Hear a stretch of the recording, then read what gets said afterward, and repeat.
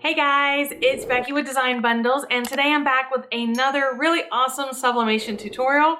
Today we are going to talk about sublimating on fuzzy socks.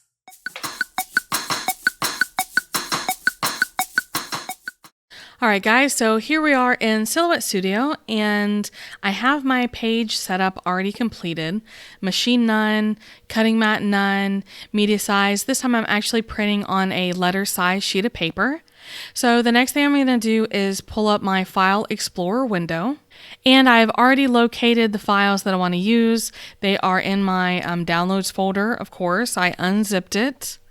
And all I'm going to do, I'm showing you the easy way, is I'm going to drag and drop. Now that's the PNG format. Now let's talk about sizing. What I do, my general rule of thumb, and I'm going to show you my tip for creating your own jig and then also for sizing your design. I took the bottom of my shoe. Now, you do try to take a clean shoe, but a shoe nonetheless.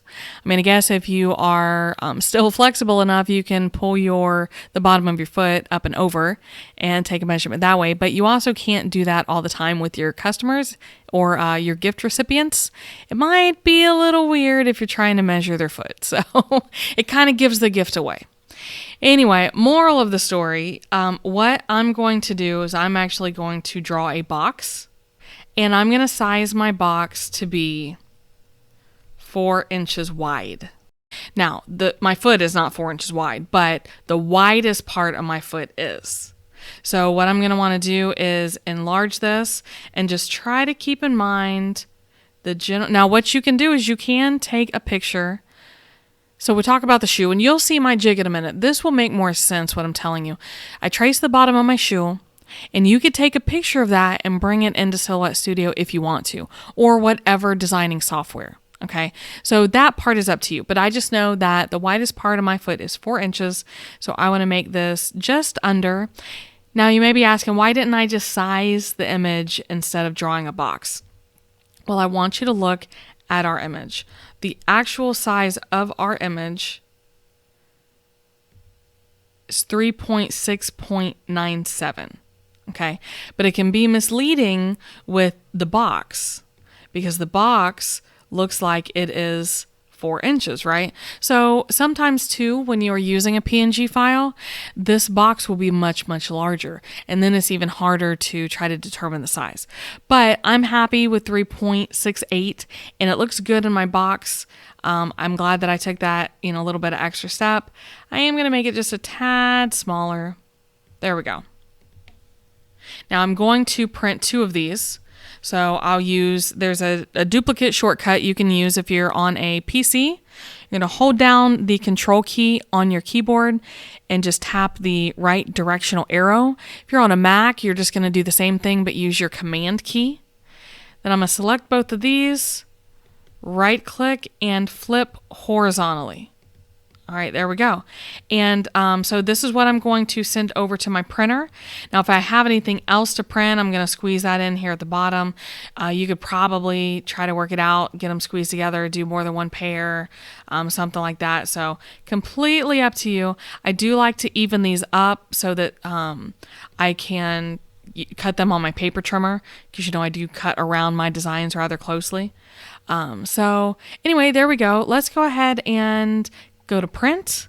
I'm going to locate my printer. There we go. I'm going to hit preferences. It is set to letter size, portrait. I also want to make sure that I change this. Personally, this is what I print on my Epson. Premium presentation paper matte and the quality of standard. And I'll choose OK, and I'm going to hit apply and cancel. Let me show you why. I want to be able to turn on this show print border down here, and that gives me the gray line, and that's kind of my fail safe to double check. Now there is also an option where you can come in here and do a print preview in your settings, so if you have a lot of printing errors, that's not a bad idea. I don't have to do that for this one, so I'm just going to go ahead and go back to print and just hit the print button at the bottom of my my little command menu, my prompt. And this will print out on my Epson printer, and then I will meet you at the heat press. Okay guys, so we have our fuzzy socks. Now I did make sure when I purchased these that they were a high polyester content. We have 99% polyester. This is the makeshift jig that I was telling you about. So we're gonna cut this out. I just cut it out with regular scissors. I got my print and some butcher paper and my Easypress over here heating up for us. So I'm gonna start. Now, I'll be honest with you, I don't do socks often enough. But they do make actual sock jigs that you can buy that's what they're intended for. But I do socks probably once or twice a year, and I will just whip out, I always have extra cardboard, and I just whip it out and cut down some foot shapes, and then I'm good to go until 6 months down the road, right?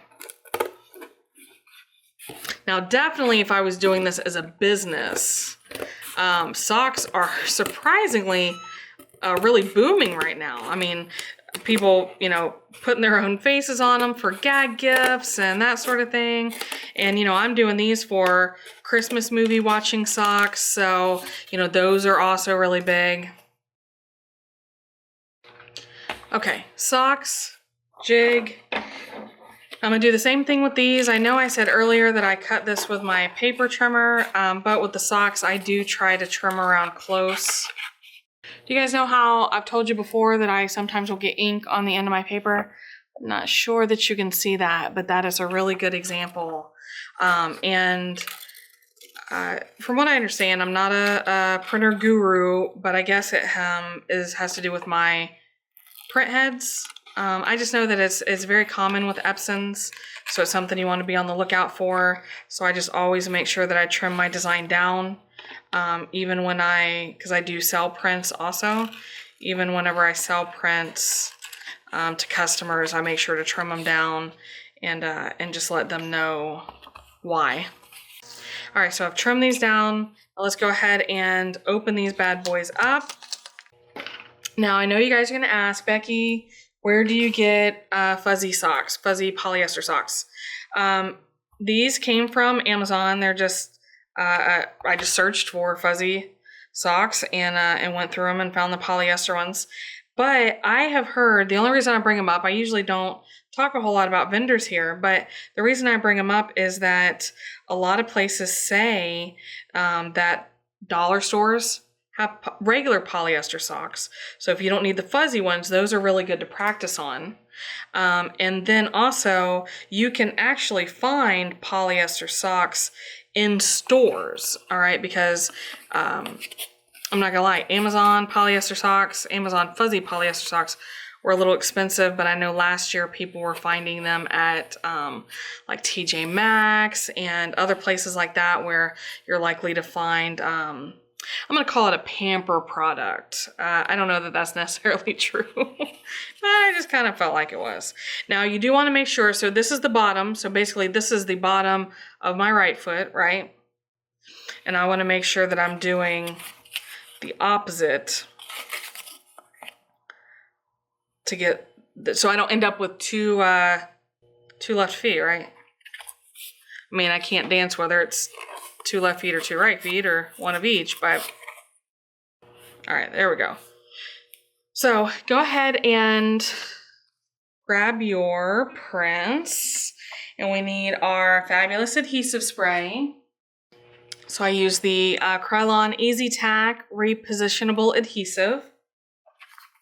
Butcher paper ready. Let me go ahead and spray these guys.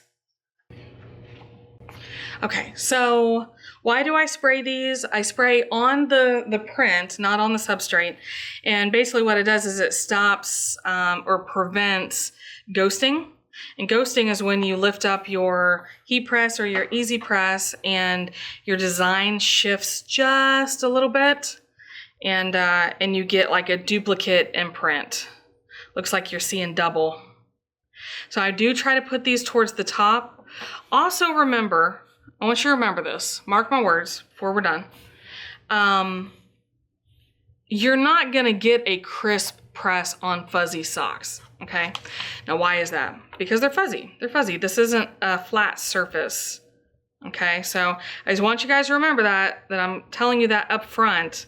I'm not telling you that just because I didn't get, I'm gonna tell you that because I didn't get a crisp print. No, I'm just telling you that up front, to be honest with you. So I'm at 400 degrees for 60 seconds.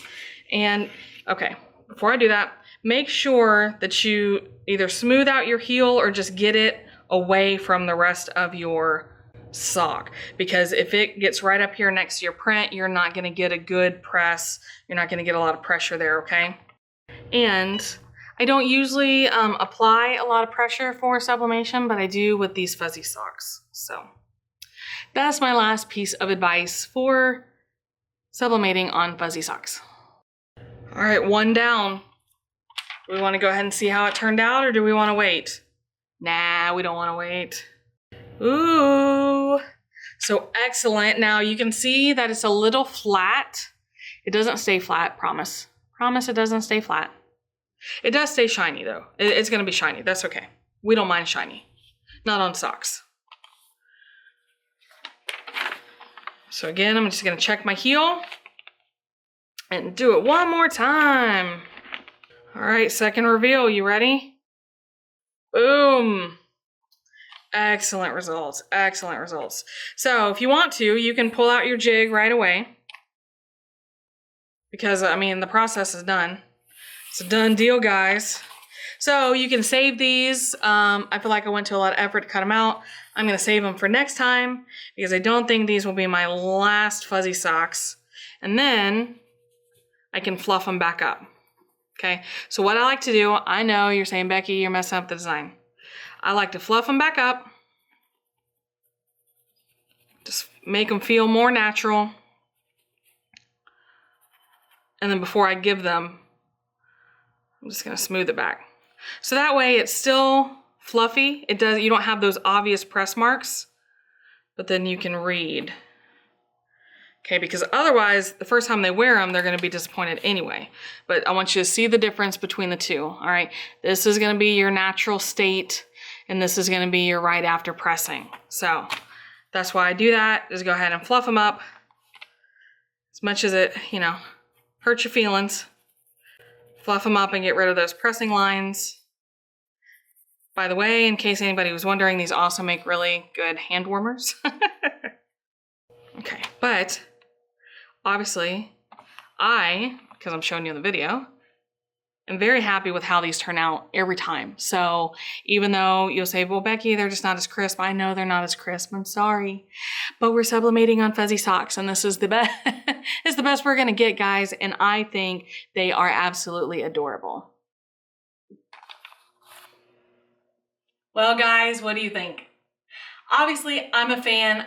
I mean, I dig fuzzy socks all year long anyway, but it doesn't get any cuter than when it's cold and your little toesies are cold and everything else is cold.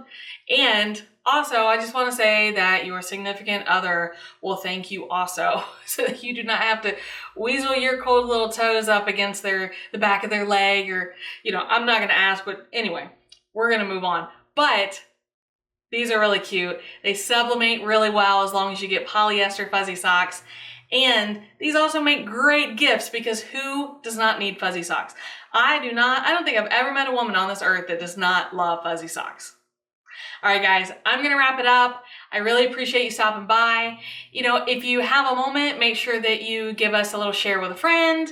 Make sure you subscribe to the channel. If you have questions and comments, put those below. And especially if you have video requests. I always love to receive your video requests so that I know what you guys want to see. So, all right, guys, thanks again for stopping by, and we'll see you next time.